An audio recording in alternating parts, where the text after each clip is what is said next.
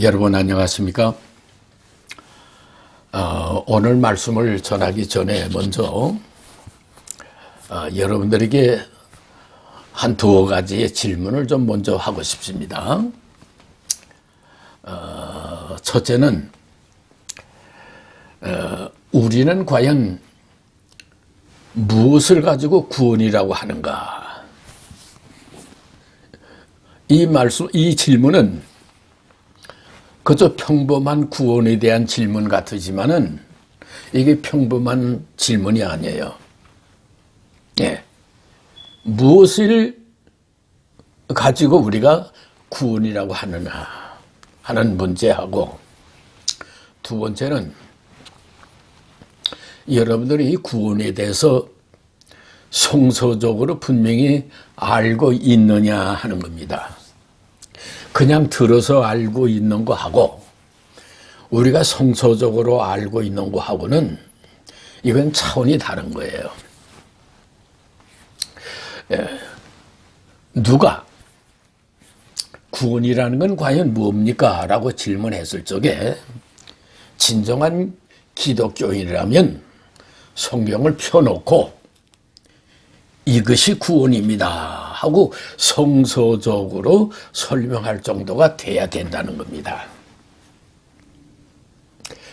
근데 오늘 여러분들은 이 두 가지 문제를 이 시간을 통해서 여러분들은 확실하게 깨달을 수 있는 시간이 될 수 있다고 하는 것을 말씀을 드리고자 하는 것입니다. 예, 그렇습니다. 그래서 오늘은 구원이란 과연 무엇이냐 하는 제목으로 말씀을 함께 나누고자 하는 것입니다. 얼마 전에 제가 유튜브 영상을 통해서 한 번 구원은 영원한 것이냐 아니면 잃어버릴 수도 있느냐 하는 그 문제를 놓고 젊은 목사들이 아주 열띤 토론을 하는 것을 본 적이 있어요. 아주 매우 바람직한 일이죠. 그렇죠? 이렇게 많은 서로 토론을 하면서 진리를 추구한다는 거, 이거 얼마나 좋은 일입니까? 그렇죠? 네. 유대인들은 토론을 하길 좋아합니다. 그것도 짝을 지어서 이렇게 열띤 토론을 하면서 서로 질문도 하고 대답도 하면서 그렇게 진리를 추구한다고 합니다. 좋은 현상이죠. 그래서 우리 민족도 좀 이렇게 서로 토론을 하면서 묻기도 하고 대답도 하고 하면서 진리를 추구한다는 그런 문화가 좀 형성됐으면 좋겠다 하는 생각을 해보게 됩니다. 젊은 목사들이 그렇게 열띤 토론을 하는 것을 보면서 한쪽으로는 참 좋게 생각이 되면서도 한쪽으로는 좀 아쉬움을 느꼈어요. 뭐냐면 구원은 영원한 것이냐 아니면 잃어버릴 수도 있느냐 하는 문제를 토론하기보다는 먼저 구원론에 관해서 토론하는 것이 순서에 맞는 것이 아닌가, 이렇게 생각을 하게 됐다는 것입니다. 그런데 오늘날 목사들이나 교인들은 이 구원은 그저 믿기만 하면 거저 오는 것으로서 그렇게 다 생각하고 있는 것이 기정사실인 것 같아요. 예, 그런 것 같습니다. 그래서 교인들은 행위와는 상관없이 그저 믿기만 하면 구원이다 하는 것을 그렇게 우리는 그렇게 다 믿고 그렇게 믿음 생활해 온 것이 사실이죠. 그래서 어떤 목사는 사람이 이 세상에서 하는 일 중에 제일 쉬운 일이 있다면 무엇이겠습니까? 그것은 바로 예수 믿고 구원 얻는 것이다 하는 거예요. 그러니까 예수 믿고 구원 얻는 것처럼 쉬운 일은 이 세상에 없다는 거예요.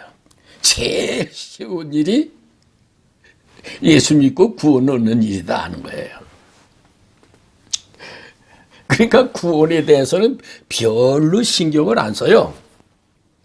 네, 거저 주어진 이 구원이 영원한 것이냐 아니면 잃어버릴 수도 있느냐 하는 데에 관심이 있는 거예요. 여러분들은 어떻게 생각하십니까? 그래서 오늘은 우리가 지금 알고 있는 구원론에 대해서 한번 살펴볼 필요가 있다. 그렇게 생각이 됩니다. 우리가 지금 알고 있는 구원론 바로 이런 것이죠. 저 보세요. 우리는 죄로 인해서 죽어가죠. 그러니까 우리가 죄로 인해서 죽어야 할 그 자리에 예수님이 대신 죽으시면서 우리의 죄값을 다 치르셨다. 돈으로 말하자면 일전 한 푼 남김없이 우리의 죄값을 다 치르셨다. 그래서 우리 죄를 예수님께서 해결하시고 우리의 구원을 다 성취해 놓으셨다. 그러 우리는 값없이 구속함을 받았다.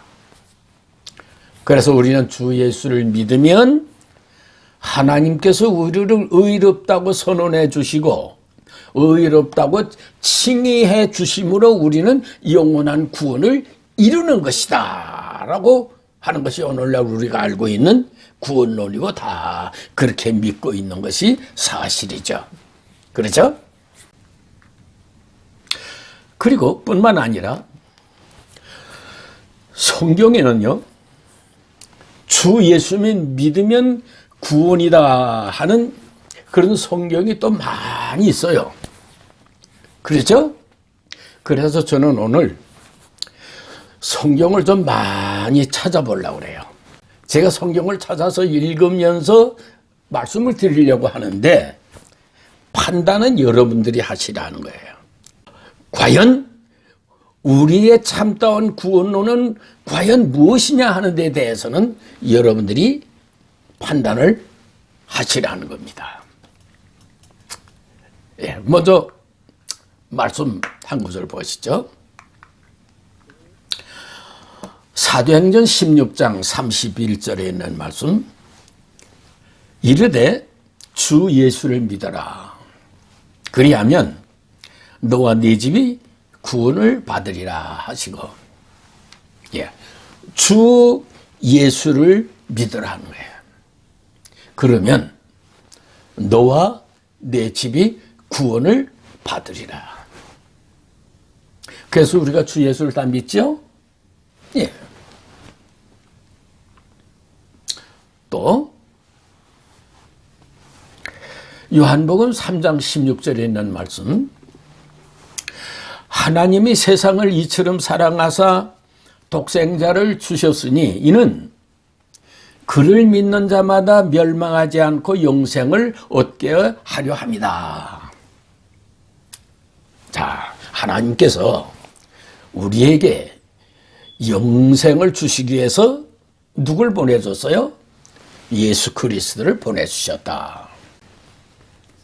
고로 주 예수를 믿으면 멸망하지 않고 영생을 얻는다.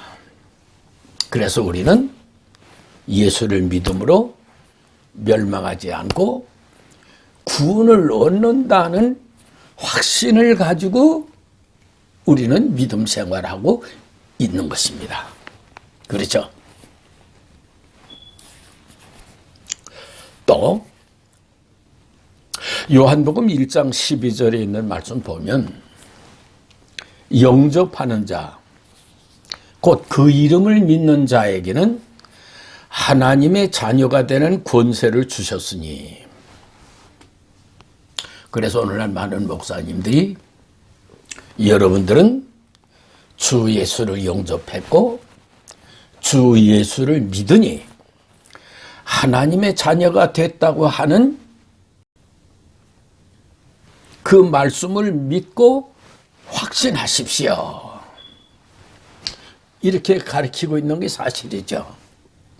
또 우리는 말씀대로 주 예수를 영접했고 우린 주 예수를 믿으니 우리는 하나님의 자녀가 됐다고 하는 그런 확신 속에서 우리가 믿음 생활하고 있는 것도 사실이라는 거예요. 그렇죠? 근데 여기서 우리가 좀 생각해 봐야 할 문제가 있어요. 왜냐하면 성경은 어느 한 구절을 봐가지고 전체적으로 판단해서는 안 되는 문제가 있어요. 무슨 얘기냐면, 자, 보세요. 아까 사도행전 16장 31절에 있는 말씀을 주 예수를 믿어라. 그리하면 너와 네 집에 구원을 얻으리라. 이 말씀은 사도 바울이 옥중에 갇혔을 때의 말씀이에요. 옥중에 갇혔을 적에 같이 옥중에 갇힌 신라하고 같이 찬송하고 기도할 적에 옥토가 지진이 나면서 그 옥문이 다 철커덩하고 다 열렸어요. 그러니까 그 졸고 있던 간수가 졸다가 눈을 떠보니까 이 옥문이 다 활짝 다 열려 있는 거예요. 그러니까 죄수들이 다 도망간 걸로 생각을 하고 그 책임을 감당할 능력이 없으니까 자기 몸을 차라리 해하려고 했어요. 근데 그 광경을 본 사도 바울이 우리가 다 여기 있으니 당신 몸을 상하게 하지 마시오. 이렇게 말씀하니까 그 간수가 놀래가지고 사도 바울에게 달려와서 선생님, 내가 어떻게 하여야 구원을 얻으리까? 그때에 사도 바울이 이 말씀을 하신 거예요. 주 예수를 믿으시오. 그러면 당신과 당신 가정이 구원을 얻으리이다. 사도 바울이 해줄 수 있는 얘기는 이 얘기밖에 없는 거예요. 그렇죠? 주 예수를 믿지 않고 구원 얻을 사람이 있을까요? 예수님 말씀하시죠? 나는 길이요 진리요 생명이니 나를 말지 않고는 아버지께로 올 자가 없다. 그러니까 주 예수를 믿지 않고는 구원 얻을 자가 없는 거예요. 그러니까 사도 바울이 그에게 해줄 수 있는 것은 주 예수를 믿으시오. 그러면 구원을 얻으다. 그러나 그 사람이 정말 예수를 믿으려는지 안 믿으려는지 또는 잘 믿으려는지 믿다가 그만둘라는지 끝까지 믿으려는지 그건 모르는 거예요. 그러니까 그저 그에게 해줄 수 있는 얘기는 주 예수를 믿어라. 그리하면 구원을 얻으리다 하고 하는 그 말씀은 그건 원론적인 말씀이에요. 여러분들 잘 생각을 해보세요. 원론적인 얘기예요. 자, 보세요. 제가 여기 대해서 한 가지 예를 좀 하나 들어볼게요. 조그만 어린애가 엄마의 손을 잡고 지금 학교를 가고 있어요. 그런데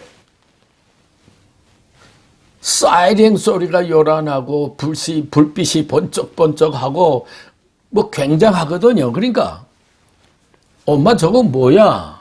그러니까 엄마가 저건 대통령님이 지금 행차하시는 길이야. 그러니까 이 어린애가 그걸 처음 봤거든요. 그러니까 멋있다. 엄마 나 대통령 될래. 그러니까 엄마가 너 대통령 되고 싶냐? 네. 내가 어떻게 해야 대통령 될 수 있어요?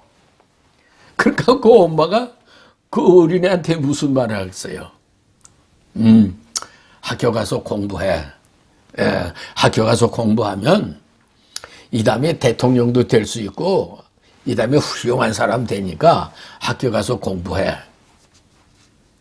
그 엄마가 그 어린애에게 해줄 수 있는 얘기가 뭐가 있겠어요? 그렇죠?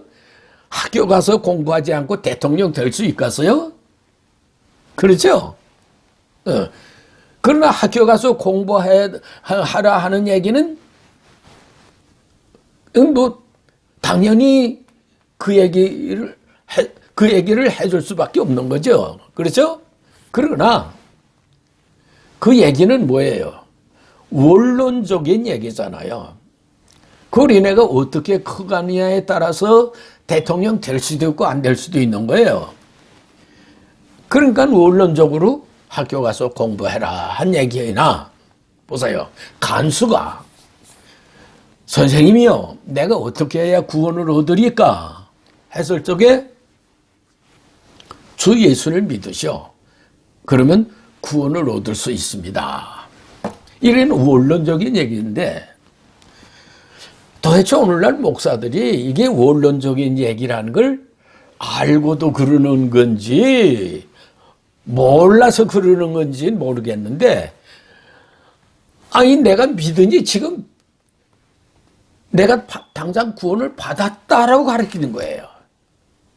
예, 성경에 기록된 대로 믿어라. 그러면 구원 얻는다 했으니까 우리가 믿으니 구원을 받았다 이거예요. 그렇게 가르치고 있는 거예요. 그래서 오늘날 모든 교인들이 다 구원 받았다는 거예요. 자, 그러면 어린애가 말이에요. 학교 가면서 친구들한테 야, 난 대통령이야. 그러면 친구들이 뭐라고 하겠어요? 야, 네가 어떻게 대통령이냐? 그럴 거 아니에요. 그러면 엄마가 학교 가서 공부하면 대통령 된다고 했으니까 내가 학교 가서 공부하니까 나 대통령이지. 그러면 그 친구 애들이 뭐라고 하겠어요? 그 애를 정상적으로 보겠어요? 같은 얘기예요. 또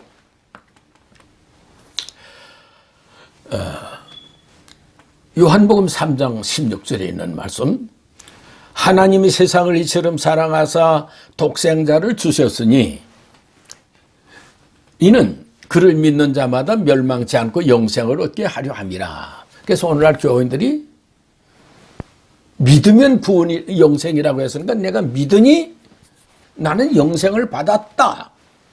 그렇게 가리키고 있고 오늘날 교인들이 다 그렇게 알고 있는 거예요.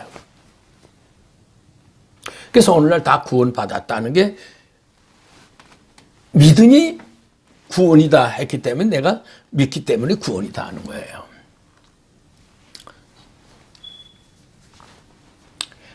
이 말씀도 역시 원론적인 말씀이에요. 이걸 우리가 좀 잘 이해를 하셔야 돼요. 원론적인 말씀이에요. 보세요. 마태복음 7장 21절에 있는 말씀 보시죠. 나더러 주여 주여 하는 자마다 다 천국에 들어갈 것이 아니요 다만 하늘에 계신 내 아버지의 뜻대로 행하는 자라야 들어가리라. 예수님 말씀이 나더러 주여 주여 하는 자마다 믿지 않는 사람들이 주여 주여 할까요? 그렇죠. 믿지 않는 사람들이 어떻게 주여 주여 하겠어요? 그럼 누구한테 말씀하시는 거예요? 믿는 사람들한테 하는 얘기예요. 다른 말로 말하자면 나를 믿는다고 해서 다 천국에 들어갈 것이 아니요 다만 하늘에 계신 내 아버지의 뜻대로 행하는 자가 들어가리라 하는 거예요. 예. 구원이라는 것은 주여 믿습니다 하는 것이 구원이 아니고 그렇게 입술로 믿는 것이 그게 믿음이 아니고 하늘에 계신 내 아버지의 뜻대로 행하는 자라야 그게 믿는 자고 그들이 하나님의 나라에 들어갈 수 있다 하는 것을 말씀하고 있는 거예요.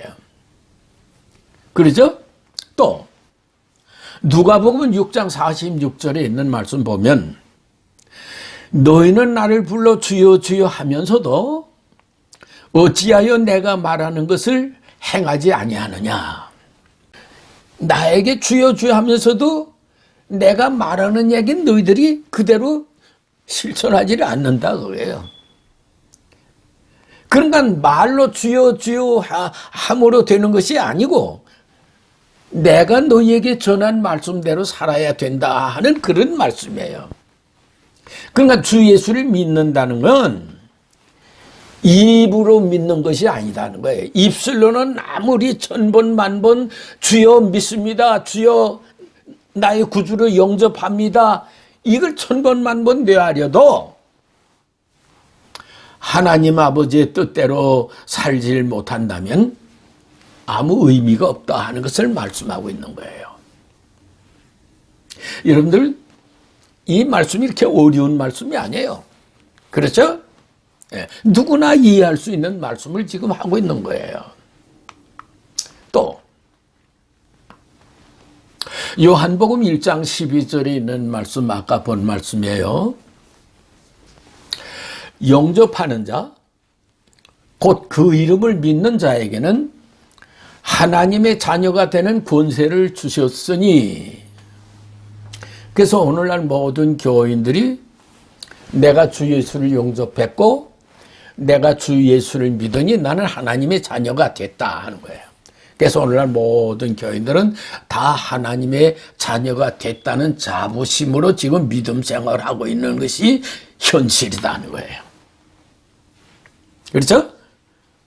자, 그럼 보세요.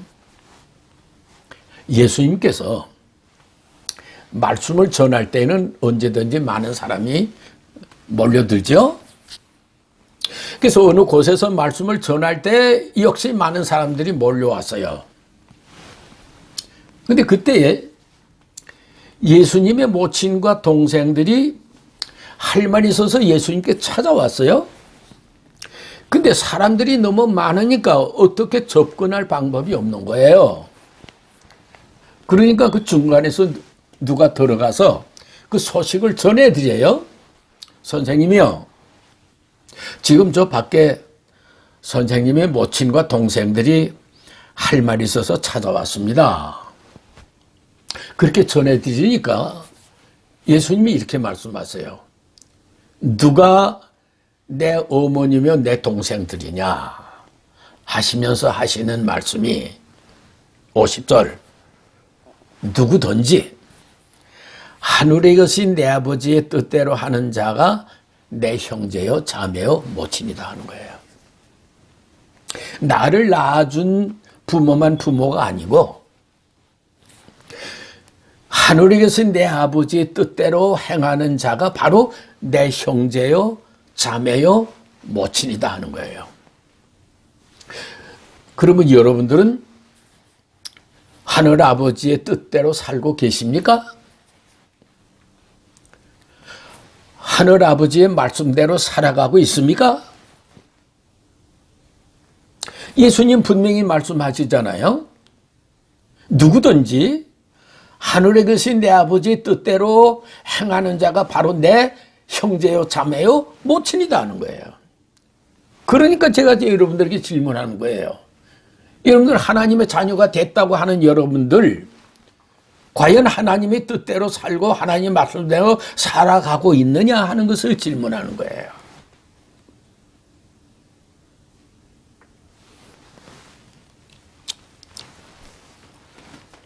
자, 그러면 말이에요. 그러면 예수님은 왜 우리에게 그처럼 하나님의 말씀대로 살아라, 하나님의 뜻대로 살아라 하는 것을 그렇게 강조를 하실까요? 거기에 대한 정답이 여기 있어요. 보세요. 요한일서 3장 8절에 있는 말씀. 죄를 짓는 자는 마귀에게 속하나니 마귀는 처음부터 범죄함이라. 하나님의 아들이 나타나신 것은 마귀의 일을 멸하려 하심이라. 죄를 짓는 자는 누구에게 속한다고요? 마귀에게 속한다. 여러분, 이 세상은 죄악의 세상이다. 이건 뭐 누구나 다 알고 있는 사실이죠. 이 세상은 죄악의 세상이다. 그러면 누가 주관하고 있다는 거예요? 사탄 마귀가 이 죄악의 세상을 주관하고 있어요. 보세요. 마귀가요, 이 세상 신으로, 이 세상 임금으로 군림하고 있는 거예요. 그래서 이 죄악의 세상과 더불어 살아가면서 죄악의 세상에 묻혀 살면 누구에게 속한 거예요? 사탄 마귀에게 속한 거예요. 여러분들 다 구원받았고 다 영생을 얻었다고 영생을 얻은 그런 환상 속에 살고 있는 여러분들에게 이런 말씀을 드리긴 참 정말 죄송스럽고 괴로워요. 그러나 사실은 사실대로 알아야 돼요. 예? 하나님의 말씀을 우리가 분명히 알아야 된다는 거예요. 여러분들 오늘날 목사들이요, 우리가 죄악 세상에 살면서 어떻게 죄를 안 질 수 있나? 그러나 우리를 주 예수를 믿는 우리에게 하나님께서 의롭다고 선언해 주셨기 때문에 죄를 져도 하나님 앞에서 영원토록 의인이다, 이렇게 가르치는 목사들이 지금 수없이 많아요. 그런 교회가 있다면요, 빨리 나오셔야 돼요. 빨리 나오셔야 돼요. 여기 이 말씀이 분명히 죄를 짓는 자는 누구에게 속해요? 마귀에게 속하는 거예요. 마귀에게 속해서는 안 된다 하는 말씀이 뭐냐면요, 이 세상 끝날에 이 마귀는 다 하나님께서 꺼지지 않는 유황불 속에 잡아 쓸어 넣어요. 그러면 그 마귀를 잡아 그 꺼지지 않는 영원한 불 속에 집어넣을 적에 마귀에게 속한 사람들은 어떻게 돼갔어요? 난 그 이상은 말하지 않겠어요. 마귀에게 속해야 되겠느냐 안 해야 되겠느냐 하는 건 판단이 나오는 거 아니에요? 자, 보세요. 죄악의 세상에 묻혀 살면 마귀에게 속한 것이고, 하나님의 말씀대로 하나님의 뜻대로 살아가는 자들은 누구에게 속하고 어느 백성이에요?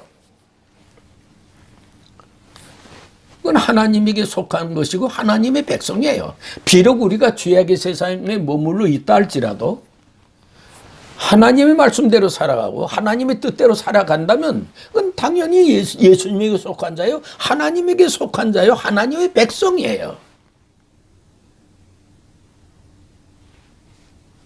그러면 아까 목사들이 얘기한 대로 보세요. 아까 목사들이 얘기한 대로, 그러면 우리가 죄악 세상에 살고 있으면서 우리가 어떻게 말씀대로 살아갈 수 있느냐? 그런 얘기를 하는 것은 뭐냐면 이 성령의 역사가 뭔지를 몰라서 그러는 거예요. 예. 성령이 뭔지도 모르고 성령의 역사가 뭔지도 모르니까 그런 얘기를 하는 거예요. 제가 다음 시간에는 이 성령에 대해서 자세하게 말씀을 드릴 거예요. 그때 되면 아하, 오늘 제가 여러분들에게 하는 말씀이 무슨 뜻인지 여러분들이 확실히 알 수 있는 거예요. 우리 인간의 인내심도 한계가 있고, 작심하고 결심하는 것도 한계가 있어요. 네, 그래서 목사들은 그 생각만 하는 거예요. 자, 요한복음 17장 14절에 있는 말씀 보시죠. 내가 아버지의 말씀을 저희에게 주었사오매 세상이 저희를 미워하여 싸우니 이는 내가 세상에 속하지 아니함 같이 저희도 세상에 속하지 아니함이다. 내가 저들에게 말씀을 주었사오매 저들이 말씀대로 살아가므로 세상이 저희를 미워하여 싸웁니다. 이는 내가 세상에 속하지 아니함 같이 저들도 세상에 속하지 아니했다는 거예요. 내가 전하는 말씀을 듣고 아버지의 말씀대로 살아가기 때문에 내가 세상에 속하지 아니함과 같이 저희들도 세상에 속하지 아니하였사옵나이다. 예수님이 하나님께 그들을 위해서 기도하는 거예요. 비록 우리가 죄악의 세상에 머물러 있다 할지라도 하나님의 말씀대로 살아갈 적에 그는 하나님의 속한 자요 하나님의 백성이기 때문에 예수님께서 그토록 입으로 주여 주여 입으로 믿지 말고 하늘에 계신 내 아버지의 뜻대로 살고 말씀대로 살아가라 하는 것을 강조하신다는 것을 우리는 명심해야 된다는 거예요. 이것이 믿는 사람들의 본분이에요. 이것이 믿는 사람들이 걸어가야 할 길이에요. 이걸 망각하면 기독교인이 아니에요. 로마서 12장 2절에 있는 말씀 같이 보시죠. 너희는 이 세대를 본받지 말고 오직 마음을 새롭게 함으로 변화를 받아 하나님의 선하시고 기뻐하시고 온전한 뜻이 무엇인지 분별하도록 하라. 이 세상은 죄악의 세상으로 그렇잖아요. 그죠? 이 세상은 죄악의 세상이고 멸망의 세상이에요. 그래서 너희는 이 세대를 본받지 말고 마음을 새롭게 하라고 해요. 마음을 새롭게 해서 변화를 받아라. 그리고 하나님이 선하시고 기뻐하시고 온전한 뜻이 무엇인지 분별하도록 해서 그 말씀대로 살아가라 하는 말씀이에요. 성경은 구구절절이 하나님의 말씀대로 하나님의 뜻대로 살아가야 할 것을 누누이 말씀하고 있는 것이 성경 말씀이에요. 죄를 져도 좋다 하는 그런 말씀은 어디에도 없는 말씀이에요.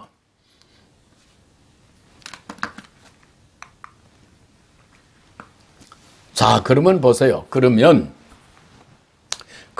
정말 올바르고 참된 구원론이란 과연 어떤 것이냐? 그렇죠? 그걸 알아야겠죠.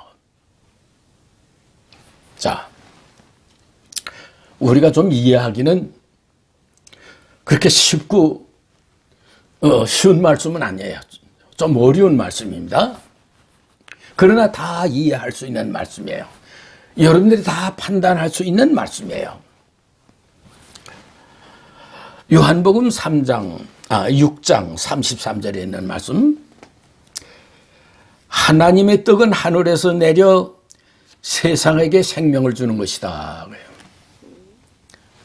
하나님께서 하늘의 떡을 세상의 생명을 위해서 내려주셨다 그랬어요. 그러면 하나님께서 이 세상에 무슨 생명을 내려주셨을까요? 우리는 다 생명을 가지고 있지 않습니까? 그렇죠? 생명이 있기 때문에 우리는 살아 움직인다 그 말이에요. 그렇죠? 자, 그렇다면 하나님께서는 무슨 생명을 또 내려주셨느냐 하는 겁니다. 하나님께서 내려주신 그 생명하고 우리의 지금 가지고 있는 이 생명하고는 근본적으로 같을 수가 없어요. 예. 같을 수가 없습니다.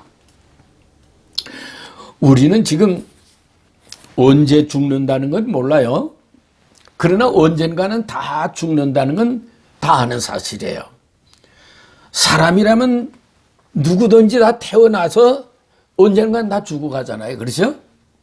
네, 그래서 하나님께서 우리를 보실 적에는 다 죽은 생명으로 보는 거예요. 언젠간 다 죽으니까. 그러니까 하나님께서 우리에게 죽지 아니하고 영원한 생명을 하늘에서 내려주셨다 하는 거예요.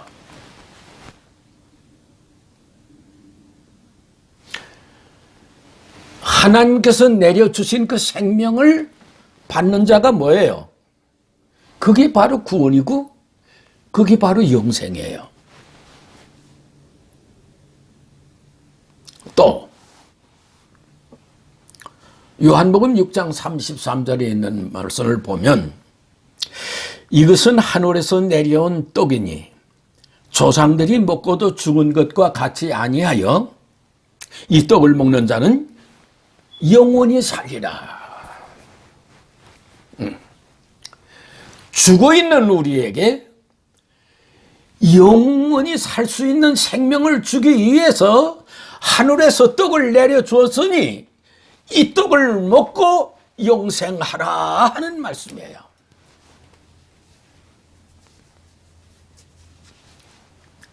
여러분 보세요. 하나님께서는 우리 인간이 태어났단 죽고 태어났단 죽고 하는 것은 하나님의 뜻이 아니에요. 예, 여러분들 잘 아시죠? 하나님께서 인간을 창조하실 때에는 어떤 모양으로 창조했습니까? 당신의 모양으로 창조하시면서 영원한 생명을 주셨고 그들과 영원히 같이 사시길 원하셨어요. 근데 아담이 잘못으로 인해 가지고 생명을 잃어버리고 그 후손들이 모두가 다 죽어가게 된 거예요. 그래서 하나님께서 아담을 창조하실 적에 아담에게 영생하는 생명을 주셨던 것처럼 그 생명을 하늘에서 내려주어서 그 생명을 먹는 자에게는 영생을 주기 위해서 하늘에서 떡을 내려줬으니 이 떡을 먹고 영생하라 하는 말씀이에요. 이 누가 하신 말씀이에요? 하나님이 하신 말씀이에요. 하나님께서 한번 말씀하시면 그 말씀은 일액 일점도 땅에 떨어지거나 변하거나 없어지지 아니하고 그대로 이루어지는 말씀이에요. 그 하나님이 하시는 말씀이 이것은 하늘에서 내려온 떡이니 이 떡을 먹고 영생하라 하는 겁니다. 그러니 이 떡을 먹는 자가 구원이고 이 떡을 먹는 자가 영생이에요. 구원의 뜻을 우리가 올바로 알아야 돼요. 무엇이 구원이라는 걸 알아야 돼요. 하나님께서 내려주신 그 떡을 먹고 영생하는 것이 그게 온전한 구원이고 그게 영생이다 하는 거예요.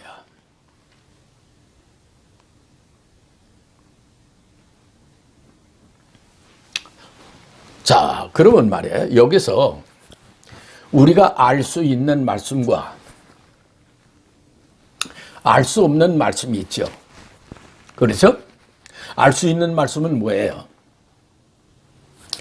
하나님께서 내려주신 그 떡을 먹는 자는 구원이고 영생이라는 건 분명해졌어요. 그렇죠? 하나님께서 떡을 내려주신 목적은 우리를 하여금 먹게 해서 구원을 주시고 영생을 주시기 위해서 생명을 내려준 거 아니겠습니까? 그건 분명해진 거예요. 근데 하나님께서 내려주신 그 떡에 대해서는 우리가 몰라요. 그게 뭔지, 또 그 떡을 어떻게 먹을 수 있는 것인지 몰라요. 그러니까 우리는 지금서부터는 그 떡이 뭐고 그 떡을 어떻게 먹을 수 있느냐 하는 것을 찾아서 공부를 해보자 하는 거예요. 요한복음 6장 48절에 있는 말씀 보면 내가 곧 생명의 떡이니라. 이게 누가 한 말이죠? 예수님이 하신 말씀이에요. 내가 곧 생명의 떡이다. 여러분, 예수님이 어떻게 떡이 될 수 있죠? 그러나 분명한 건 예수님께서 말씀이 내가 바로 그 떡이다 하는 거예요. 하나님께서 내가 떡을 내려줬으니 이 떡을 먹고 영생하라 말씀하셨죠. 그렇죠? 그래서 우리는 그 떡이 뭔지를 몰랐는데 예수님 말씀하시기를 내가 바로 생명의 떡이다 하는 거예요. 그런가 하면 51절 말씀 보면은 나는 하늘에서 내려온 살아있는 떡이니 사람이 떡을 먹으면 영생하리라. 내가 줄 떡은 곧 세상의 생명을 위한 내 살이라 하시니라. 예수님께서 내가 곧 생명의 떡이라 하는 데에 대해서도 우리가 무슨 말씀인지 알 수가 없는데 여기에선 또 이렇게 말씀하세요. 나는 하늘에서 내려온 살아있는 떡이다 하는 거예요. 그러니 사람이 이 떡을 먹으면 영생하리라. 이 말씀을 보면 생각나는 말씀이 있죠. 하나님이 세상을 이처럼 사랑하사 독생자를 주셨으니 이는 그를 믿는 자마다 멸망치 않고 영생을 주려 함이라. 나는 하늘에서 내려온 살아있는 떡이니 이 떡을 먹으면 영생하리라. 같은 말씀이에요. 자, 그럼 보세요. 그러면 예수님께서 어떻게 하늘에서 내려온 살아있는 떡이 될 수 있으며 우리는 어떻게 그 떡을 먹을 수가 있겠어요? 우리가 예수님을 먹을 수가 있겠어요? 예수님 말씀이 분명히 나는 하늘에서 내려온 살아있는 떡이니 사람이 이 떡을 먹으면 영생하리라고 말씀하셨어요. 그럼 우리는 예수님이 떡을 어떻게 먹을 수 있느냐 하는 거예요.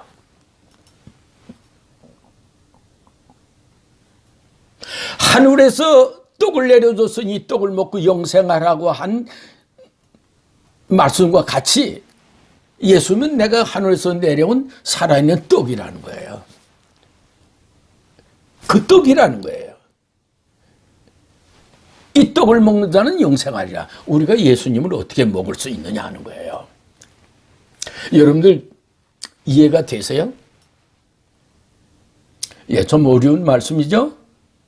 그래서 제가 이 말씀을 전하면서도요, 마음적 한구서로는 염려되는 마음이 있어요. 왜냐하면 이게 누구나 들어서 쉽게 이해할 수 있는 말씀이 안 돼요. 그래서 사도 바울이 고린도전서 3장에 이렇게 말씀하세요. 내가 너희에게 저주로 먹이고 밥으로 먹이지를 못했다 하는 거예요. 무슨 말이냐면 사도 바울이 고린도 교인들에게 하고 싶은 말씀은 많은데 그걸 해봐야 알아들을 자도 없고 이해할 자도 없다는 거예요. 그러니까 내가 너희에게 밥과 같은 말씀을 할 수가 없어서 젖과 같은 말밖에 할 수가 없다 하는 그런 말씀이에요. 젖 먹는 어린애들은 그저 먹을 수 있는 게 젖밖에 없잖아요. 밥을 먹을 수도 없지만 소화할 수도 없잖아요. 그죠? 그러니까 젖 먹는 어린애는 그저 젖밖에 못 먹어요. 그러니까 사도 바울이 내가 너희에게 밥으로 먹이질 못하고 저주로 먹였다. 그런 말씀이에요. 그 말씀과 같이 오늘 이 말씀은요, 젖과 같은 말씀이 아니고 밥과 같은 말씀이에요. 예. 그래서 우리가 쉽게 이해할 수 있는 말씀이 아니라는 거예요. 그러면 이해할 수도 없고 이 어려운 말씀이니 그냥 덮어놓고 그냥 넘어가도 될까요? 네, 그건 안 되는 말씀이에요. 안 되는 말씀이다. 왜냐?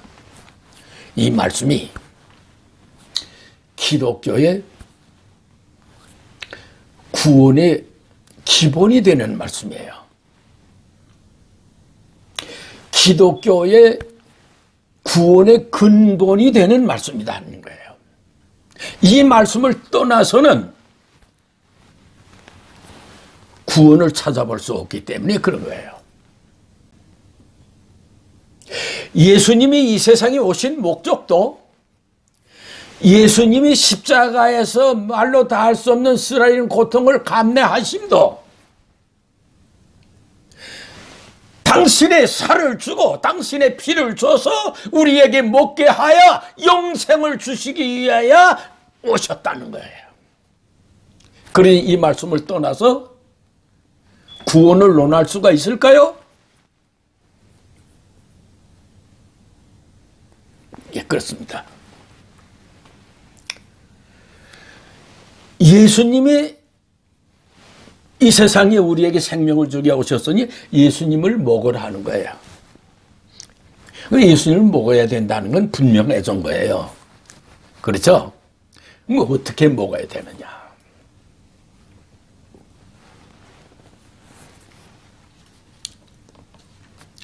(53절에) 있는 말씀 보시죠. 예수께서 이르시되 내가 진실로 진실로 너희에게 이르노니 인자의 살을 먹지 아니하고 인자의 피를 마시지 아니하면 너희 속에 생명이 없다. 너희 속에 생명이 없다.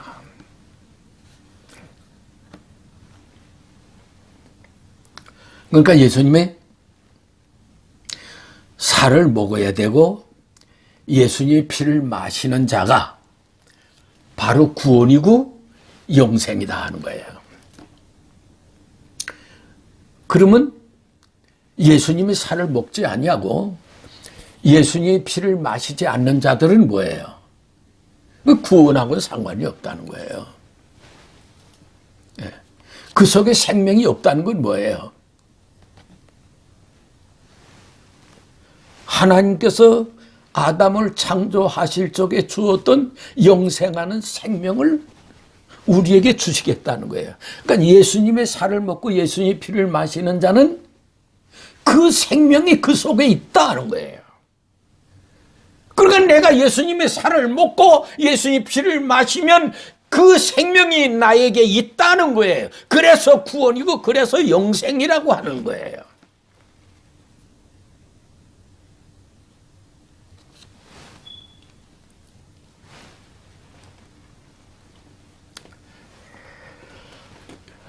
예수님이 이 말씀을 가버나움에서 많은 사람들이 모인 장소에서 이 말씀을 하셨어요.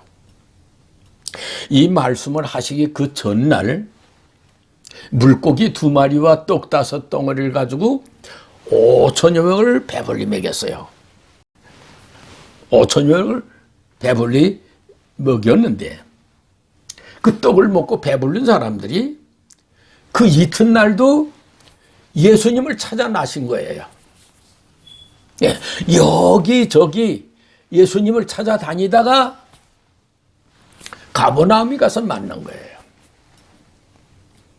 그러니까 예수님께서 그들의 마음을 이미 다 아시고 하시는 말씀이 너희가 나를 찾는 것은 표적을 본 까닭이 아니고 떡을 먹고 배부른 까닭이다 하시면서 썩을 양식을 위해서 일을 하지 말고 영생토록 있을 양식을 위해서 일을 하라 말씀하시면서 영생에 관한 말씀을 하시는 중에 나는 하늘에서 내려온 살아있는 떡이니 사람이 떡을 먹으면 영생하리라. 그 말씀을 외친 거예요. 근데 그 수많은 사람들 중에 이 말을 듣자마자 뻥한 거예요. 그 말씀을 알아듣고 이해하는 사람이 없는 거예요. 수근수근 하면서 하는 얘기가 저의 부모도 우리가 알고 있고 저의 형제들도 우리가 알고 있는데 아니 저거 어떻게 하늘에서 내려왔다고 하며 어떻게 자기 살을 줘서 먹게 하고 우리에게 피를 줘서 마시게 하겠느냐. 그러니까 그게 이해가 안 되니까 그냥 다 떠나버렸어요. 한 사람도 남김없이 다 가버렸어요. 그리고 남았다는 게 예수님이 12제자만 남아 있었어요. 그러면 그들은 예수님께서 하신 말씀을 알아들었을까요? 예, 그들도 알아듣질 못했어요. 그래서 그들도 수근수근하면서 하는 얘기가 야, 참 이 말씀은 어렵다. 누가 이런 말을 들을 수가 있겠느냐. 그리고 수근수근했어요. 누구 한 사람 예수님께서 하시는 그 말씀을 알아듣거나 이해한 사람이 한 사람도 없었다는 거예요. 자, 그러면 이 시대에 살고 있는 여러분들은 이 말씀을 얼마나 이해를 하십니까?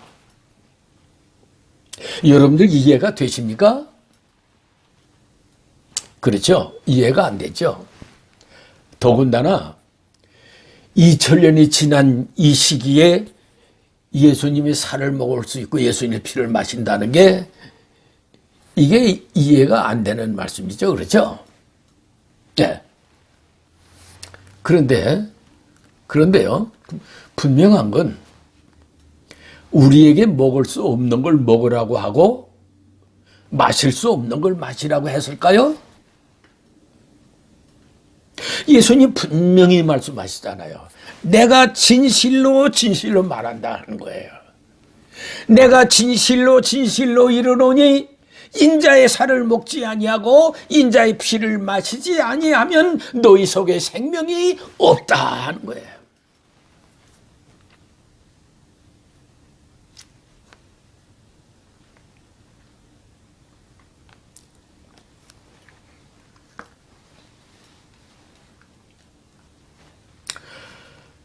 그러면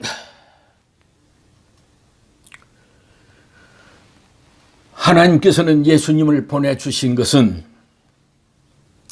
하늘에서 내려주신 떡이고 그 떡을 먹는 자가 바로 예수님을 먹는 것인데 과연 우리는 어떻게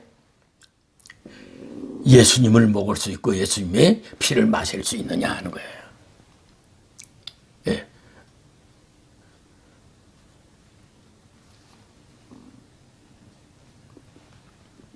그래서 오늘은 하나님께서 우리에게 영생을 주기 위해서 하늘에서 떡을 내려줬으니 이 떡을 먹고 영생하라 말씀하셨는데 예수님 말씀하시기를 내가 바로 그 생명이 떡이다 말씀하시고 또 덧붙여서 나는 하늘에서 내려온 살아있는 떡이니 이 떡을 먹는 자는 영생하리라 말씀하셨어요.